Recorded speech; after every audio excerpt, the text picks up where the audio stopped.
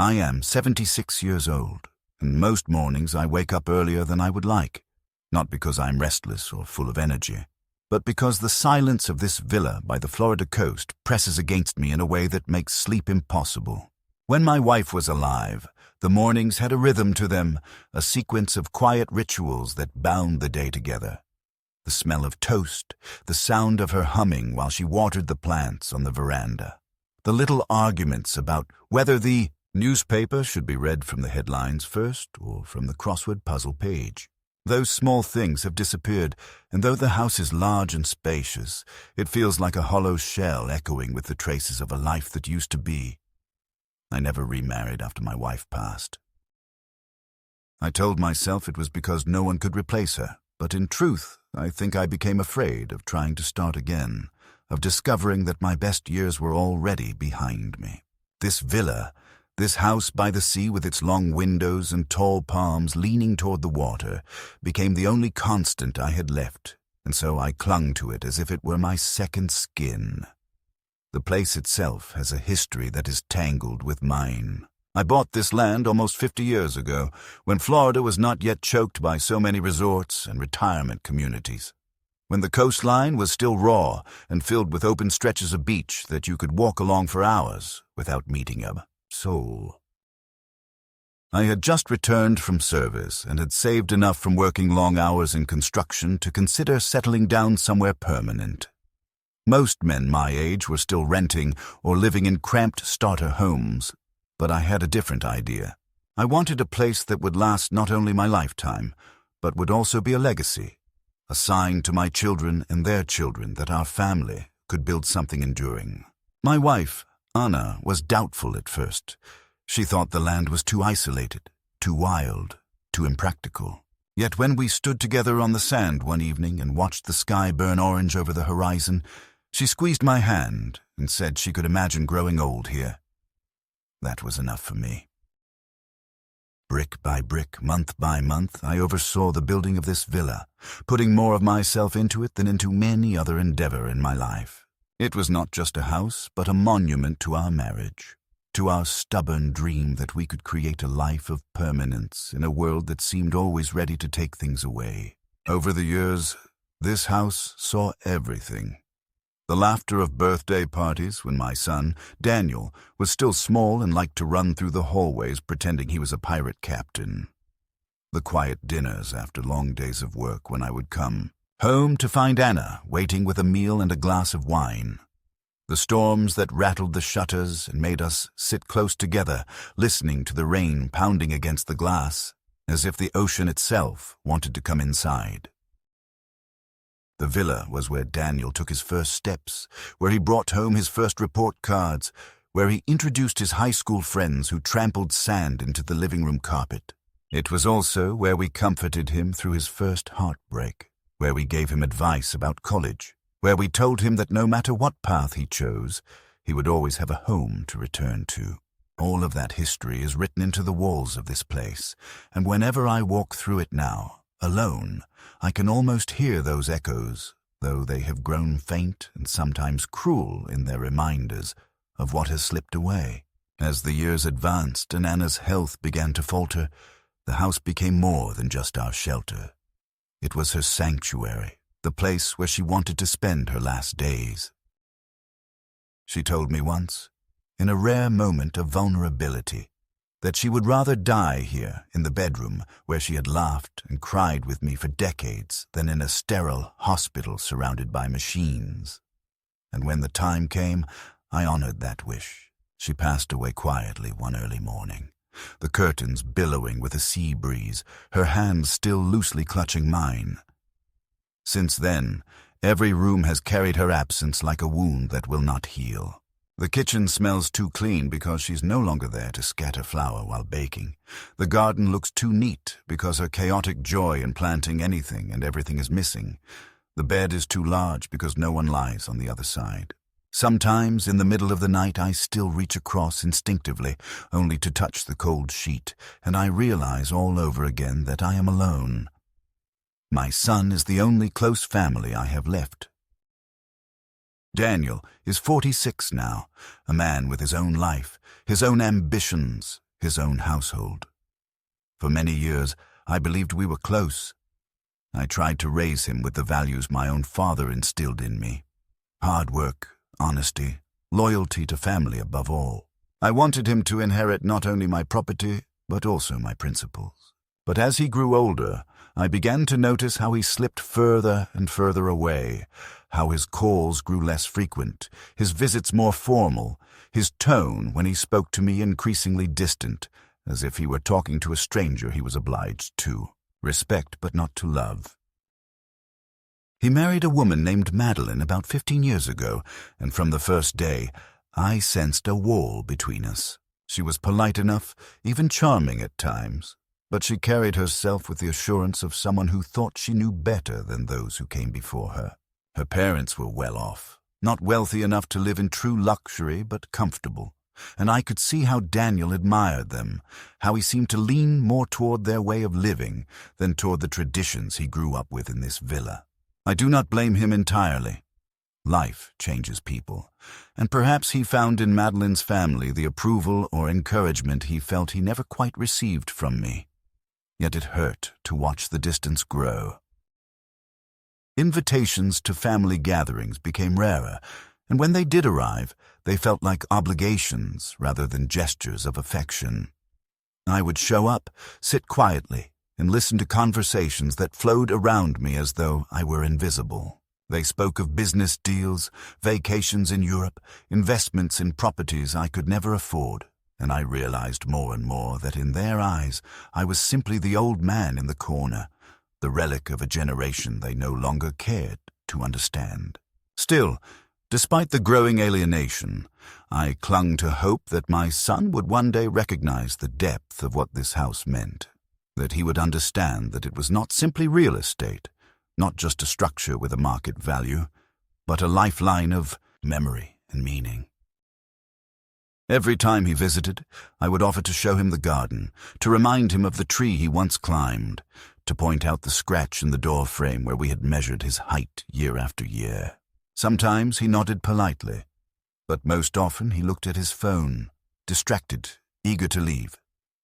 It was then that I began to suspect, though I forced myself to ignore it, that he did not truly value this place as I did. Perhaps to him it was nothing more than a piece of property, a thing that could be traded, sold, or gifted away without consequence. That thought chilled me. Yet I buried it deep, convincing myself that no son would ever betray the sacrifices of his father. Now I live here alone, surrounded by the whisper of waves and the creak of old walls, trying to maintain what we built as if it were still full of life. The neighbors change every few years. Vacation houses are bought and sold, but mine remains constant. I mow the lawn myself. Though my knees ache, I polish the wooden railings, though my hands tremble, and I keep the veranda swept, though few ever step onto it anymore. Sometimes tourists passing by mistake me for a caretaker rather than the owner, and in truth perhaps that is what I have become, the caretaker of a dream that no one else remembers. And yet I still tell myself that this house is not wasted, that one day my son will see it as I do, that he will recognize it not only as a structure of walls and windows, but as the heart of his family's history, as the anchor that kept us through decades of storms. I want to believe he will cherish it, that when I am gone, he will walk through these rooms with reverence rather than indifference. But deep down, I've begun to fear that the opposite may be true, that he is already looking at this place not with love, but with calculation. And if that is so, then the betrayal will not be a sudden wound, but a slow, festering cut that has been waiting in silence for years. It was a humid Thursday evening in late spring when the phone rang, and for a moment I almost did not answer it, thinking it was another telemarketer or one of those endless calls about medical insurance that always seem to come at dinner time. But when I lifted the receiver and heard Daniel's voice, I felt a small jolt of warmth that I had not felt in a long while. He rarely called me directly anymore. Usually it was a quick text message or a relayed word through Madeline. So the sound of his voice carried with it the suggestion that something important was about to be said. He asked how I was doing, whether I had eaten, how the garden was coming along. Questions that might have seemed casual if not for the strange tone in his voice, a mixture of forced brightness and underlying hesitation, as if he were rehearsing lines. In a play, after a few minutes of polite conversation, he said that he and Madeline wanted to host a family dinner at my villa that coming weekend, that they thought it would be nice for everyone to gather under the same roof and spend some time together. The words themselves should have brought me joy. It had been so long since Daniel had suggested anything resembling family closeness, and for a fleeting moment I allowed myself to imagine the warmth of old times returning. The long table set with food, the sound of laughter drifting across the veranda, perhaps even the possibility that my son was finally beginning to remember the value of this house and the history it carried. I asked him who would be coming, whether it would be just the two of them or whether the grandchildren, who seemed to be drifting further and further into their own busy lives, might also appear. Daniel's answer was evasive. He said simply that it would be a special gathering, that I should not worry about the details, that he and Madeline would take care of everything. I pressed him once more, but he gently changed the subject, asking instead whether the dining room was still large enough to seat 12, as if he had already counted the number of guests in his mind. 12, I thought to myself after we hung up. Who could they possibly be bringing? The days leading up to the dinner were filled with an odd combination of anticipation and unease. I busied myself with preparations, polishing the wooden table until it gleamed, airing out the curtains, mowing the lawn with a stubborn determination that left my back aching. Each chore became a way of convincing myself that this was not just another gathering, but perhaps the beginning of something better. A reconciliation of sorts, a chance for my son to come back to me not as a polite stranger, but as the boy I once raised. Yet beneath that fragile hope, another voice whispered darker possibilities, asking why Daniel had chosen now, after so many months of distance, to make such an effort. Hope is a dangerous thing at my age, because it clings to the smallest gestures and inflates them until disappointment becomes unbearable. Still, I worked as if the house itself needed to be reminded that it was still alive, still worthy of being filled with voices. On the evening of the dinner, the sky was heavy with clouds that threatened rain, though the air was warm enough to keep the doors and windows open. I had put on my best suit, the one Anna always said made me look taller, though it now hung a little loose around my shoulders. When I heard the sound of cars pulling into the driveway, I straightened the silverware on the table and took a deep breath, telling myself that this was a moment to be cherished.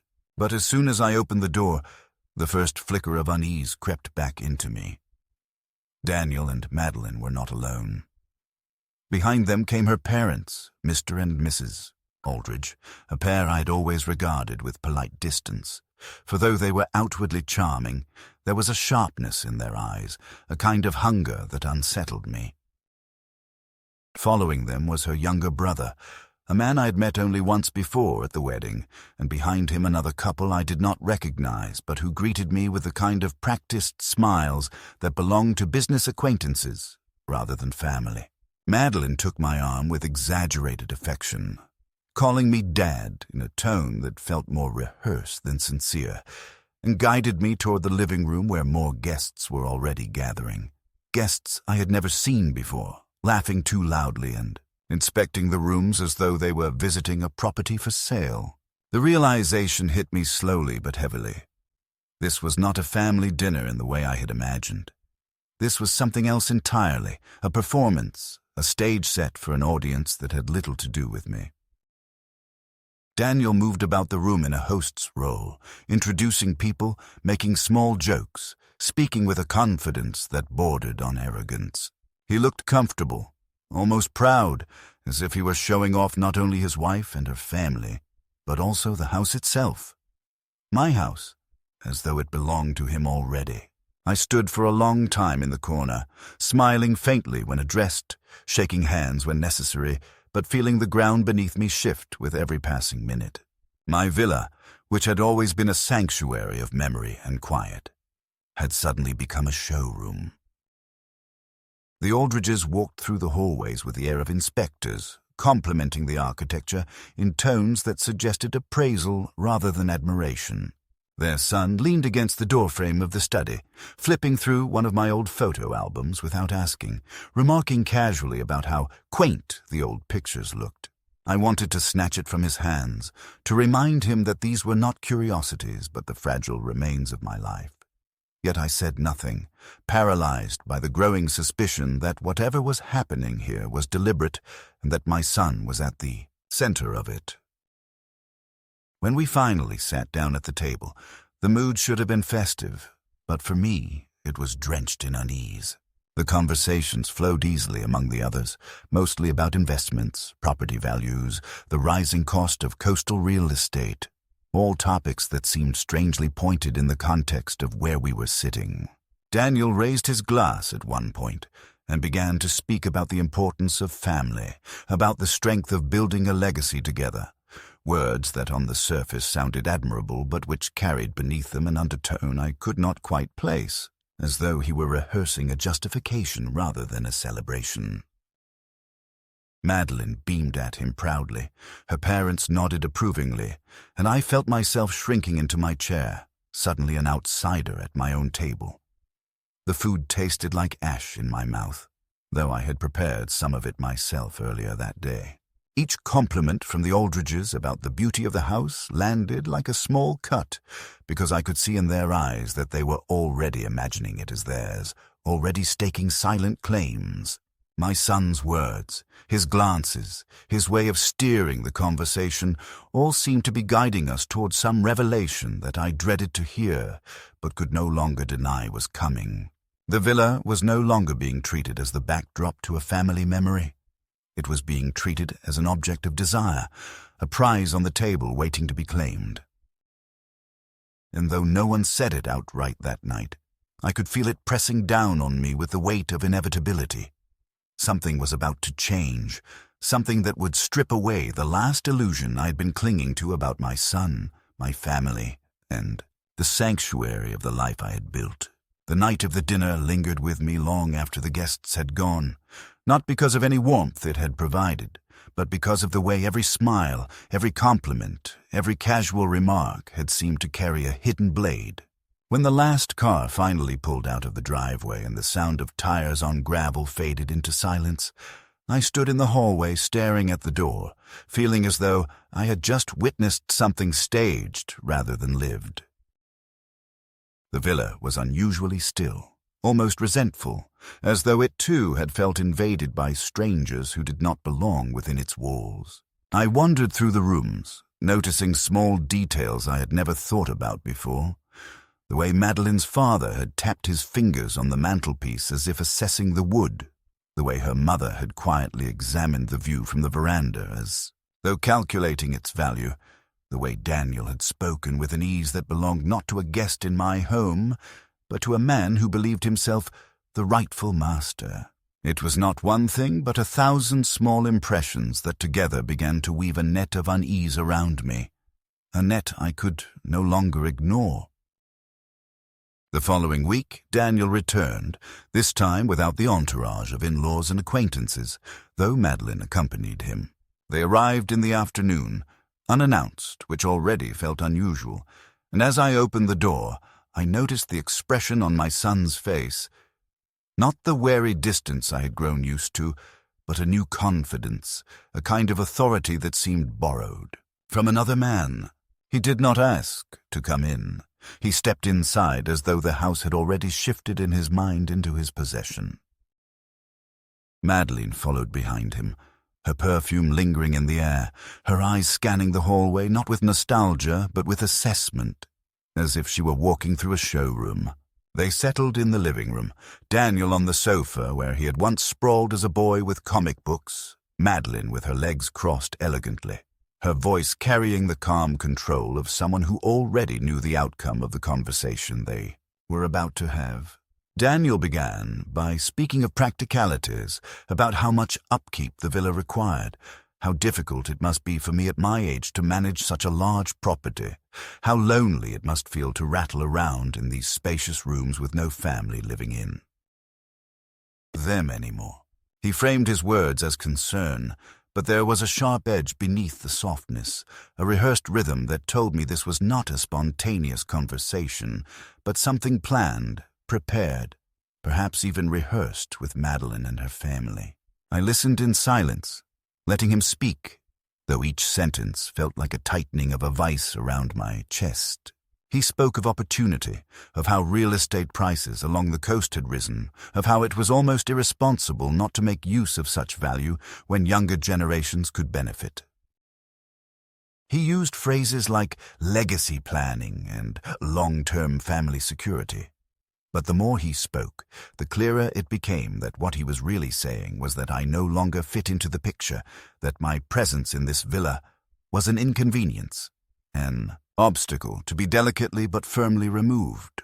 When I finally asked him outright what he was suggesting, he leaned back in his chair with the same air of confidence I had seen during the dinner and said, almost casually, that Madeline's parents had expressed an interest in the villa, that it would make sense for them to be its caretakers since they were younger, more active, and capable of maintaining it properly.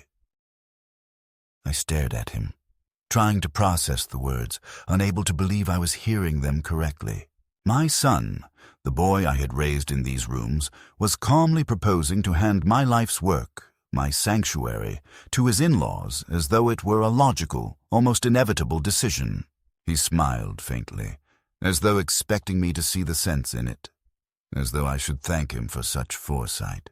My hands trembled, and I clasped them together tightly to hide it, but inside me something cracked, a fissure that would not close again. Madeline joined in then, her voice smooth, her reasoning polished. She said that her parents adored the villa, that they had always admired its architecture, that they would be willing to take on the financial burden of repairs and taxes, relieving me of what she called unnecessary stress.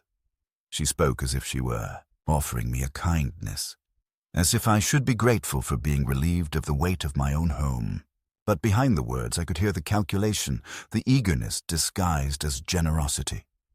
When I asked where I was supposed to go in this plan, Daniel waved the question aside with a dismissive tone that stung more deeply than any insult.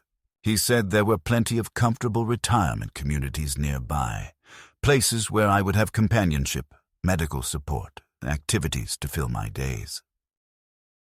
He painted the picture of an old man shuffling through bingo nights and supervised outings as though that were all I was now, as though my identity could be reduced to someone waiting to be entertained until death arrived.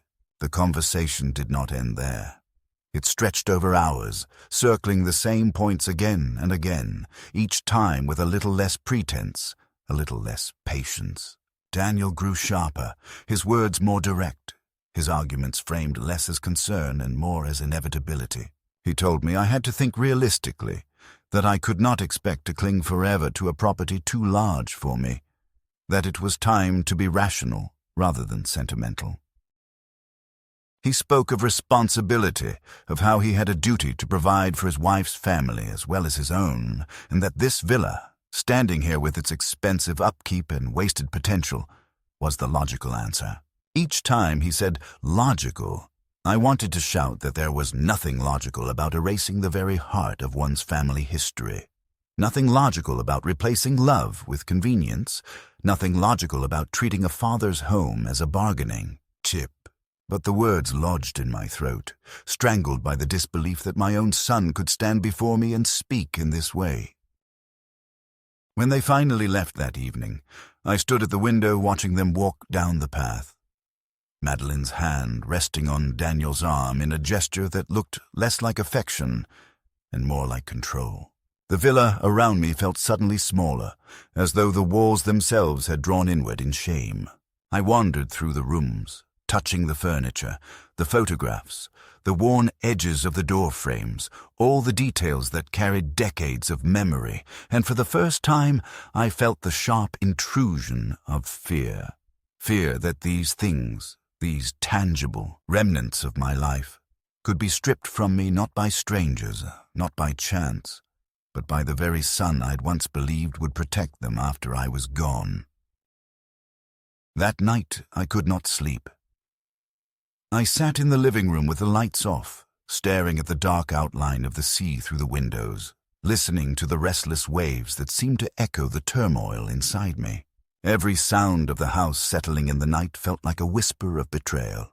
Every creak of the wooden beams like a warning that the foundation of my life was beginning to fracture. Over the next days, the unease only deepened. Daniel's calls grew more frequent, but not warmer. He would ring to ask if I had thought about what we discussed, whether I had looked into retirement options, whether I had considered how much easier life could be if I let go of the burdens of the villa.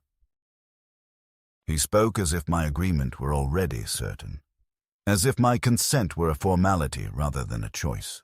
I noticed that Madeline's parents began appearing more often in the neighborhood, stopping by casually, asking if they might look around the garden again, commenting on how beautiful the sea view was from the upstairs windows. Their presence was suffocating, an ever-present reminder that they were circling, waiting, ready to swoop in the moment I faltered. Even the neighbors began to remark on how often the Aldridges seemed to be at my home, their curiosity tinged with the assumption that something was changing. And through it all, I carried the growing dread that what had once been unthinkable was already becoming real, that my son had already made up his mind, and that I was no longer regarded as the owner of this villa, but as an obstacle to be gently pushed aside. The moment of rupture came not in private, as I had half expected, but in the most humiliating way possible, in front of a room full of witnesses who had no right to be involved in the fate of my life's work. Daniel called again a week later and invited me to another gathering, saying that Madeline's parents wanted to host a celebration of family unity. His tone was brisk, decisive, leaving me no space to object, and though my instincts screamed against it, I felt cornered, as if refusing would only confirm in their minds that I was an obstacle, a stubborn relic clinging to what no longer belonged to me. Against my better judgment, I agreed, telling myself that perhaps there was still a chance to reason with him, to remind him of what this house truly meant. The day of the gathering was warm, the air filled with the heavy scent of salt and the distant cries of gulls. When I entered the dining room, I immediately understood that this was not a simple family dinner, but a carefully orchestrated event. The long table was set as though for a formal banquet, with silverware gleaming under the chandelier and expensive wine bottles lined up as if to impress rather than to enjoy. Around the table sat not only Daniel and Madeline and her parents, but also their friends, neighbors of theirs whom I scarcely knew, and two men in suits who looked distinctly like lawyers. I felt my stomach tighten at the sight of them, and for a moment I nearly turned and walked out, but Daniel greeted me with a broad smile, pulling me in and introducing me to everyone as though I were a guest in someone else's house. The dinner itself was a blur. I remember the clinking of glasses, the laughter of people who had no attachment to the villa other than what it represented as a possession, the hollow compliments about the architecture and the view, all spoken in tones that made it clear they were appraising rather than admiring. I sat in silence for much of it, trying to steady my breathing, telling myself that perhaps this was only another performance, another attempt to pressure me into agreeing to some arrangement, but that nothing final could be decided without my consent. Yet beneath that fragile reassurance, dread coiled tighter with every passing moment, especially when I noticed the stack of folders near one of the suited men's chairs, as though legal matters were waiting to be presented. It was after the main course, when the conversation had lulled into a forced sort of cheerfulness, that Daniel rose to his feet and tapped his glass. The room grew quiet, expectant, and I felt every eye shift toward him. He began by speaking of gratitude, thanking everyone for coming, thanking Madeline's parents for their generosity and support, speaking of how blessed he felt to have such a united family. His words flowed smoothly, practiced, carrying the tone of a man delivering not just a toast, but an announcement. And then he turned toward me, his voice softening into a tone that pretended to be affectionate but landed like a dagger. He said that it was time to acknowledge reality, that the villa had served its purpose as the cradle of our family's history, but that it was too much for one man to maintain. That, after careful thought, he had decided it was best to place it in the hands of those who could preserve it for generations to come. He extended his hand toward Madeline's parents and declared, with a calmness that froze me to my core, that the villa now belonged to them, that from this day forward they would be the caretakers and rightful residents. For a long moment I could not move. The words seemed to hang in the air like a heavy fog, and though my mind screamed at me to protest, to demand an explanation, my voice would not come. The room erupted in applause. Glasses clinked. Madeline's parents smiled with the serene triumph of victors who had already anticipated their prize. The two men in suits nodded and shuffled papers as though everything were in order, as though my son's declaration had the force of law. I stared at Daniel, my own flesh and blood, standing there so confident, so certain, so blind to the enormity of what he was doing, and I felt a wave of humiliation wash over me that was almost unbearable. I was not only being robbed, but robbed publicly. Stripped of dignity in front of strangers, reduced to a bystander in the destruction of my own legacy. When I finally managed to speak, my voice shook, not from weakness, but from the fury I struggled to contain. I asked him what he meant, how he could stand there and say such things when the villa was still legally mine, when no transfer had been discussed, no papers signed. He looked at me with that same infuriating calmness and said that everything had already been taken care of, that I need not trouble myself with the details. He said I should think of it as a gift, an act of generosity on my part, a way of securing harmony between families. The words burned as though he had branded me with them, because they carried not only betrayal, but the implication that I had somehow agreed to this, that I was complicit in my own erasure. I felt the eyes of everyone at the table on me, waiting for me to protest, perhaps even enjoying the spectacle of the old man being cornered. I pushed back from the table, my chair scraping against the floor with a sound that cut through the chatter, and I stood trembling, my hands clenched at my sides. I told him he had no right, that he could not simply declare my house to belong to someone else, as if words alone could dissolve decades of sacrifice and memory. But my protest sounded small against the tide of his confidence and the approving murmurs of those around him. Madeline rose then, taking his hand, smiling serenely, and told me that I needed to trust them, that they were only doing what was best for me, that in time I would thank them for freeing me from the burden of responsibility. Her words, smooth as silk, were a poison I could not swallow. I looked at the people around me, these strangers who applauded as though they had witnessed a noble gesture, and I realized with a sinking heart that in their eyes I was already defeated.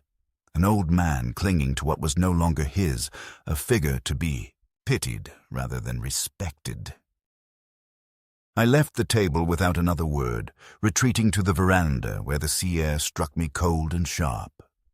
Behind me the laughter resumed, muffled by the glass doors, as though nothing had happened, as though my world had not just been torn apart. I gripped the railing so tightly my knuckles whitened, staring at the horizon where the sun was sinking into the water, and for the first time in my life I felt not only betrayed, but erased, as though my existence, my labor, my very love had been rewritten in an instant by the son I had trusted most. In the days that followed Daniel's declaration, I moved through the villa as though wandering through the ruins of a city after an invasion, every room tainted by the echo of applause that had accompanied his betrayal. I could not pass the dining room without hearing again the clink of glasses, the hollow congratulations, the sound of my son's voice announcing with certainty that the house no longer belonged to me. Even in the silence of the night, when the surf outside was the only sound in the world, I would wake in a cold sweat, convinced that footsteps were moving through the halls, the voices of strangers claiming each space as their own. It was not paranoia, for soon enough the intrusion became real. Within days, Madeline's parents began appearing as though they had already assumed ownership, arriving with contractors and surveyors, walking through the villa with clipboards and tape measures, pointing out places where they might renovate. Repaint, restructure. They moved with the assurance of people who believed the property was theirs, nodding politely to me when we crossed paths, speaking to me not as the master of the house, but as if I were a caretaker, a relic who had been allowed to linger for a while, out of courtesy. I confronted Daniel when he came again, this time with one of those suited men I had seen at the dinner. They spread papers across the coffee table, documents filled with legal jargon, signatures already placed where mine should have been. I demanded to know how they had obtained them, how anyone could claim that a transfer had been completed without my consent. Daniel's expression was infuriatingly calm, as if he were speaking to a child who had failed to understand a simple truth. He said that my consent was not necessary because I had already given it, that the paperwork had been signed weeks earlier when I had allegedly agreed to the arrangement. At first I was too stunned to speak, but when I managed to glance at the documents, I saw my own signature scrawled at the bottom of the page, though I knew with the certainty of my own hand that I had never signed it. My heart pounded with a fury that left me trembling. Someone had forged my name.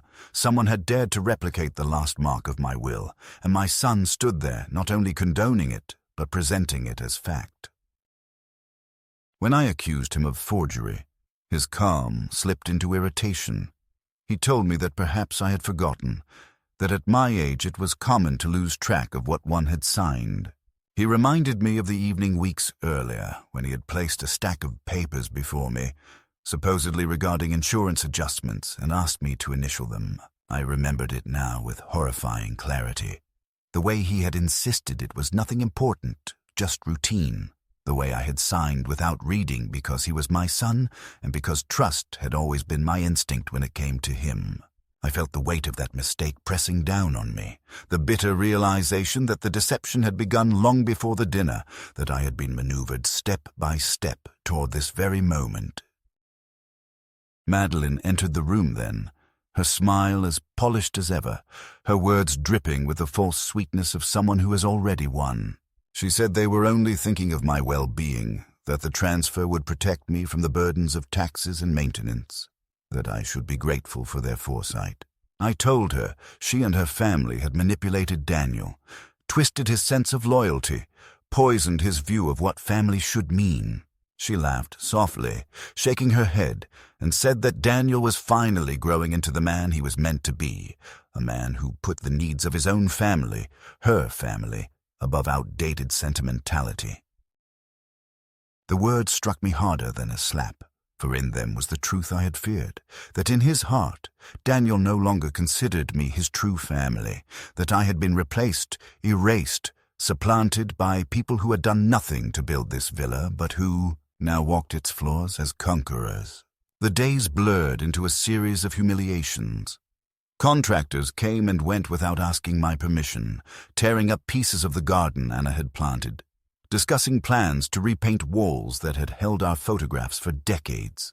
One afternoon I found Madeline's mother in Anna's old sewing room, opening drawers and remarking how useful the space would be as a home office.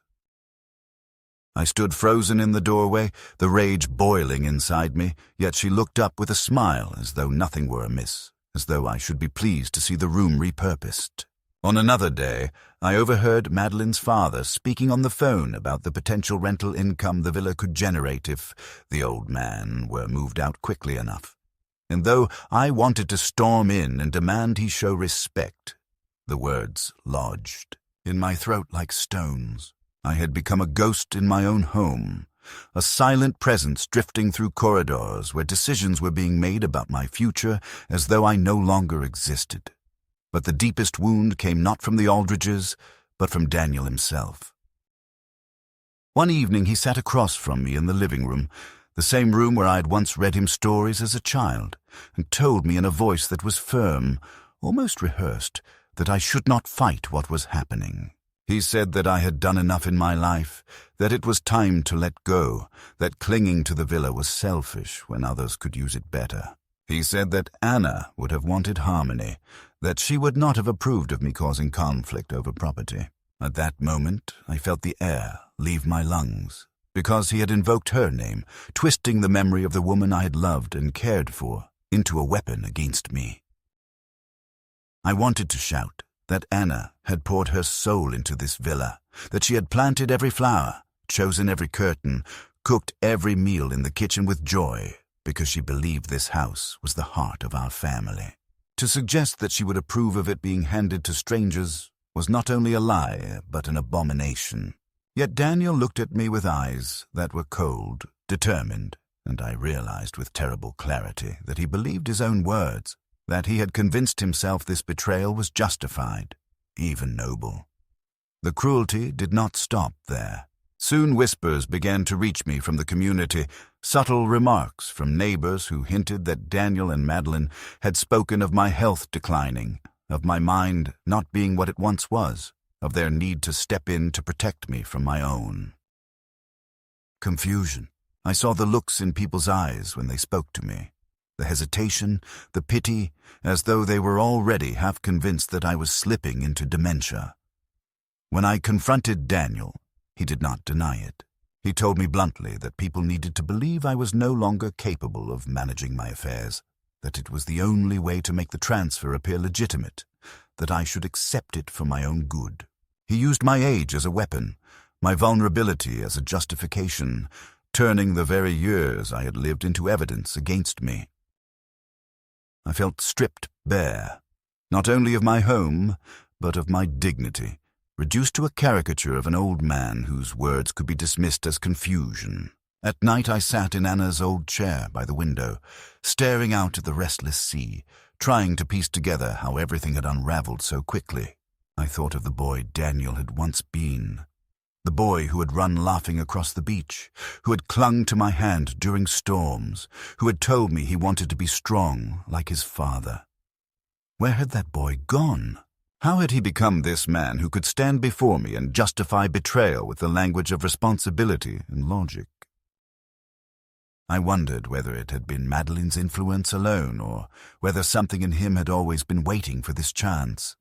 Something cold, something calculating. The questions gnawed at me, but the answers were too painful to face.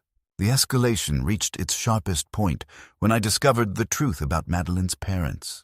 A neighbor, an old friend who had once been close with Anna, pulled me aside one morning and told me quietly that the Aldridges were not as stable as they appeared, that they were drowning in debts from failed business ventures, that they had been using every trick in the book to keep creditors at bay.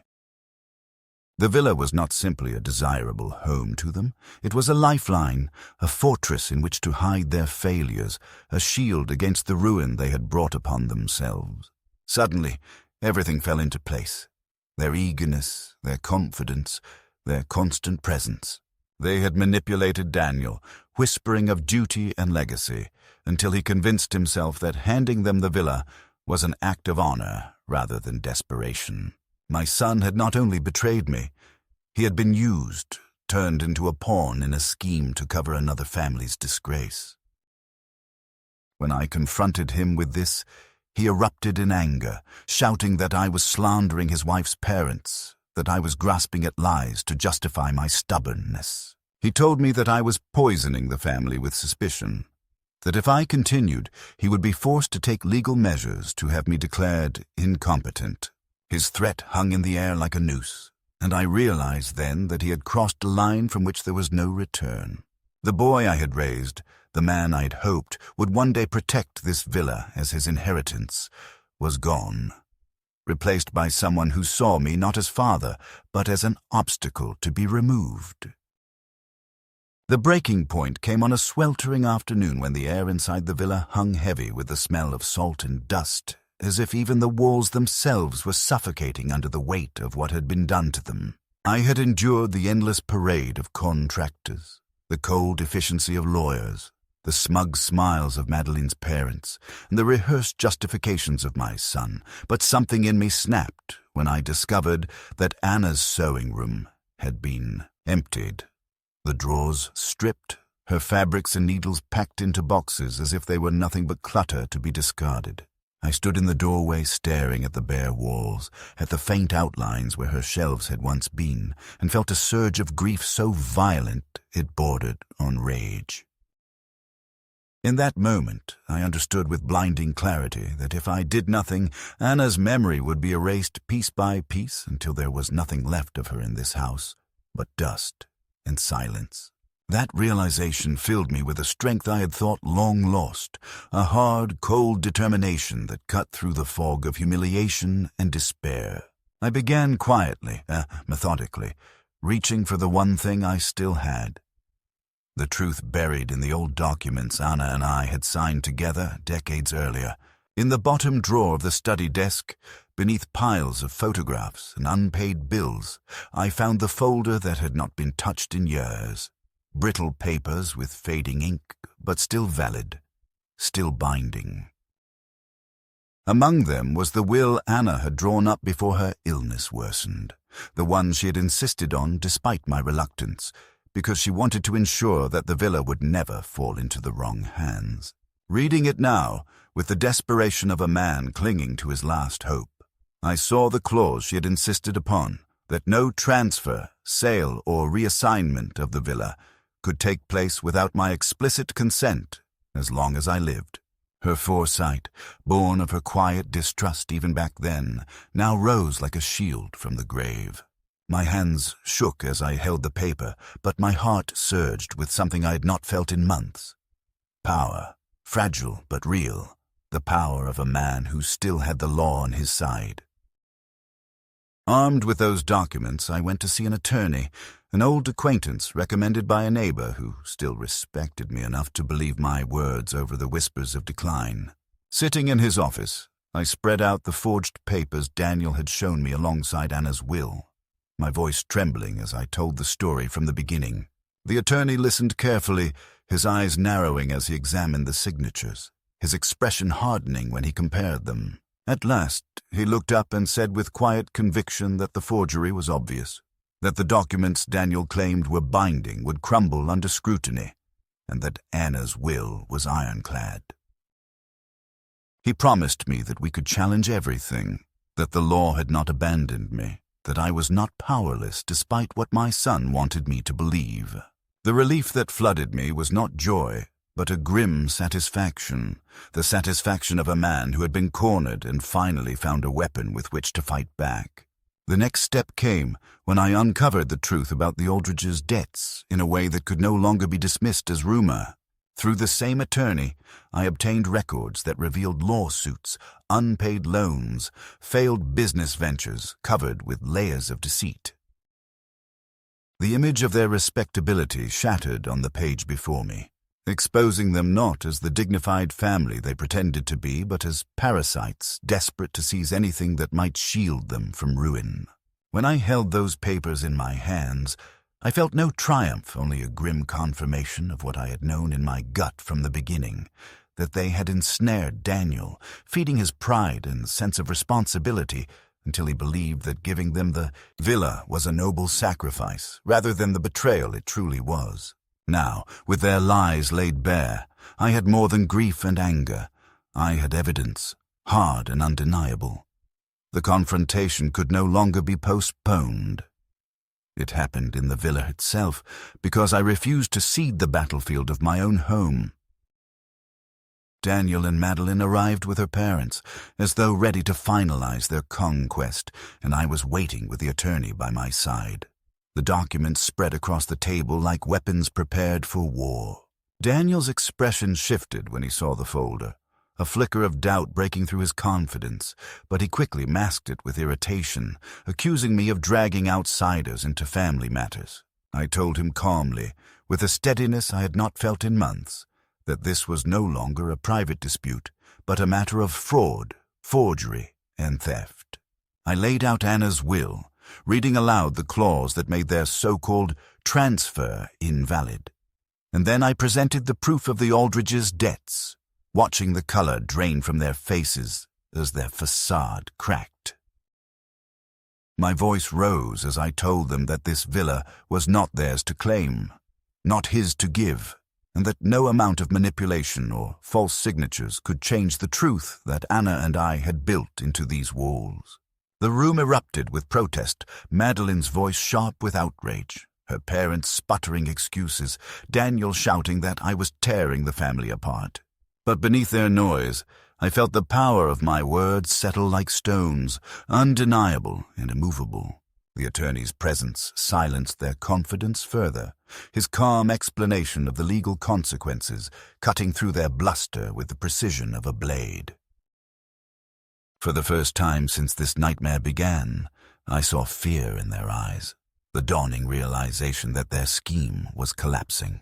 Daniel tried to appeal to me then, his voice breaking, accusing me of destroying everything out of stubbornness, but I cut him off with a clarity that stunned even myself.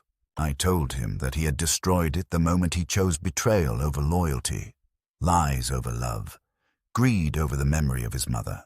I told him that he had forced me into this battle, and that I would not yield, not even if it meant standing alone for the rest of my life. The climax was not a single moment of triumph, but a storm of words, accusations, and revelations, each one stripping away the illusions until only the raw truth remained. By the time they stormed out of the villa, leaving behind their threats and bitterness, the silence that settled over the house was not the silence of defeat, but the silence of survival. I stood in the center of the living room, the papers still spread before me, and felt the weight of Anna's foresight pressing against me like a hand from beyond the grave. She'd given me the weapon I needed, and I had wielded it, not out of vengeance, but out of love for the life we had built. I was exhausted, trembling, but inside me there was a core of steel that had not been there before. The villa was still mine, and though the war was not yet over, the battle had been won.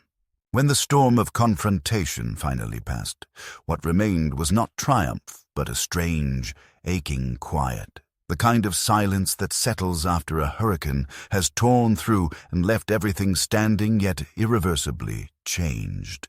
Daniel and Madeline no longer came to the villa, and the Aldridges vanished from the neighborhood as if retreating into the shadows of their debts and schemes. For a time I expected Daniel to return, perhaps to apologize, perhaps to try once more to bend me to his will, but the days stretched into weeks, and his absence became its own answer. I realized that he had chosen his side, not with hesitation, but with finality, and that I had to live with the truth that my only son had turned away from me. That knowledge cut deeper than any legal battle or public humiliation, for it was not merely the loss of a relationship, but the death of an illusion I had clung to for years, the illusion that no matter how distant he became, he would always return to the values I had tried to instill in him.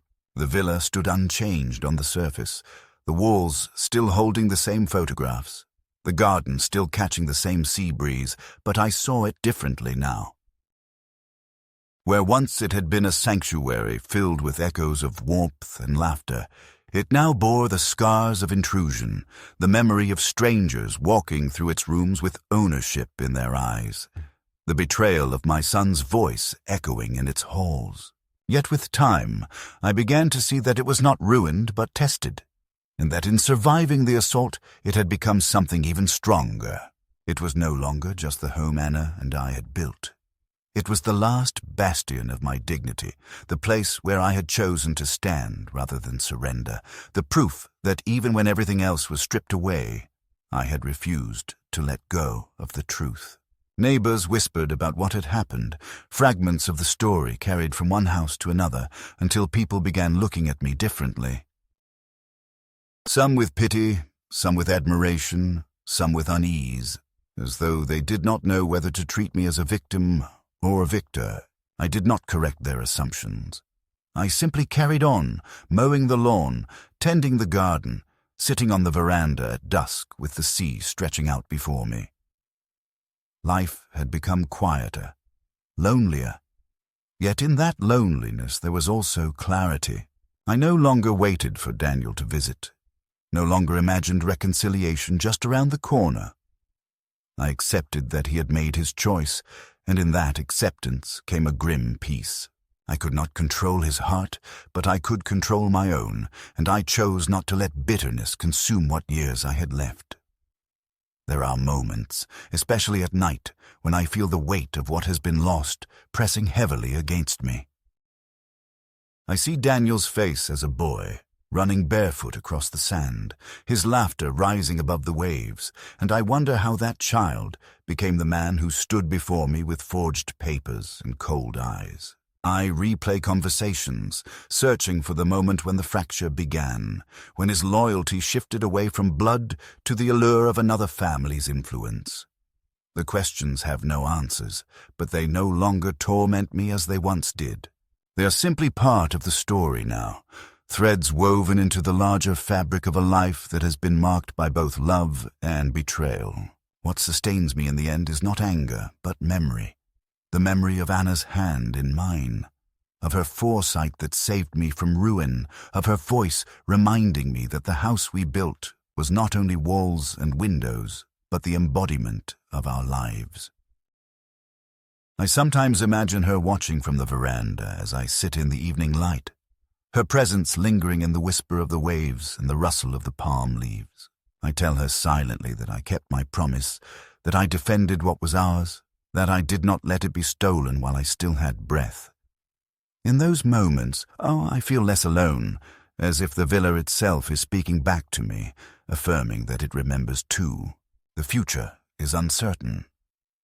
I know that time is not on my side, that the years ahead will not be many, but I no longer fear them. The villa will outlast me, as I always intended, and what happens to it after I am gone is beyond my control. Perhaps Daniel will inherit it and sell it. Perhaps he will give it away as he once tried to do. Perhaps it will fall to strangers who see it only as an investment. But none of that can erase the truth of what it was while I lived. The truth that I stood my ground and preserved it in the face of betrayal. That is enough for me. I may die alone, but I will not die stripped of dignity, and in the end, that is the victory that matters most.